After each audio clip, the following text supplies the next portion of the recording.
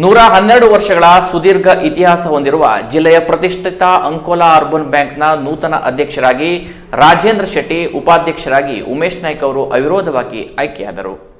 ಜಿಲ್ಲೆಯಲ್ಲಿ 7 ಶಾಖೆಗಳನ್ನು ಹೊಂದಿರುವ ಮತ್ತು 112 ವರ್ಷಗಳ ಸುದೀರ್ಘ ಇತಿಹಾಸ ಹೊಂದಿರುವ ಜಿಲ್ಲೆಯ ಪ್ರತಿಷ್ಠಿತ ಅಂಕೋಲಾ ಅರ್ಬನ್ ಬ್ಯಾಂಕ್ನ ನಿರ್ದೇಶಕರ ಆಯ್ಕೆಗೆ ಚುನಾವಣಾ ಪ್ರಕ್ರಿಯೆ ನಡೆದಿತ್ತು. ಅಧ್ಯಕ್ಷ ಉಪಾಧ್ಯಕ್ಷ ಆಯ್ಕೆಗೆ ಜನವರಿ 24ರಂದು ದಿನ ನಿಗದಿಗೊಳಿಸಲಾಗಿತ್ತು.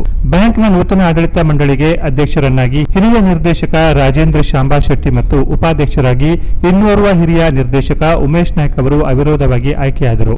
ಅಧ್ಯಕ್ಷರ ಆಯ್ಕೆ ಪ್ರಕ್ರಿಯೆಯಲ್ಲಿ ತುರುಸಿನ ಸ್ಪರ್ಧೆ ಇದ್ದು, ಬ್ಯಾಂಕಿನ ಅಧ್ಯಕ್ಷರಾಗಿ ಈ ಹಿಂದೆ ಹ್ಯಾಟ್ರಿಕ್ ಸಾಧನೆ ಮಾಡಿದ ಭಾಸ್ಕರ್ ನಾರ್ವೇಕರ್ ಈ ಬಾರಿ ಮತ್ತೆ ಅಧ್ಯಕ್ಷ ಗಾದಿಯ ರೇಸಿನಲ್ಲಿ ಇದ್ದರು. ಆದರೆ ಅಧಿಕಾರ ಹಂಚಿಕೆ ಮತ್ತು ಇತರ ಕಾರಣಗಳಿಂದ ಪದತ್ಯಾಗ ಮಾಡಬೇಕಾದ ಅನಿವಾರ್ಯತೆ ಎದುರಾಯಿತು. ಹಾಗಾಗಿ ಅವರು ಅಂತಿಮ ಸ್ಪರ್ಧಾ ಕಣದಲ್ಲಿ ಇರದೆ ಇತರೆ ಬಹುತೇಕ ನಿರ್ದೇಶಕರ ಒಲವಿನಂತೆ ತಾನು ಮತ್ತು ಬೆಂಬಲಿಗರ ಸಮೇತ ಒಕ್ಕೊರಲಿನ ನಿರ್ಣಯ ತೆಗೆದುಕೊಳ್ಳಲು ಮುಂದಾದಂತಿತ್ತು.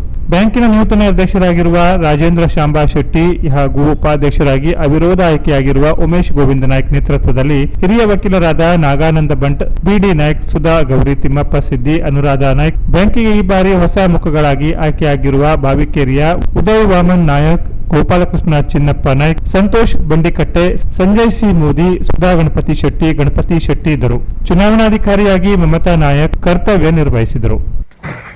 ಅಂಕೋಲಾ ಅರ್ಬನ್ ಬ್ಯಾಂಕಿನ ನೂತನ ಅಧ್ಯಕ್ಷರನ್ನಾಗಿ ನನ್ನನ್ನು ಎಲ್ಲ ನಿರ್ದೇಶಕ ಮಂಡಳಿಯವರು ಸರ್ವಾನುಮತದಿಂದ ಆರಿಸಿದ್ದಾರೆ. ಮುಂದಿನ 5 ವರ್ಷದವರೆಗೆ ಈ ಒಂದು ಆಡಳಿತ ಮಂಡಳಿ ಅಸ್ತಿತ್ವದಲ್ಲಿರ್ತದೆ.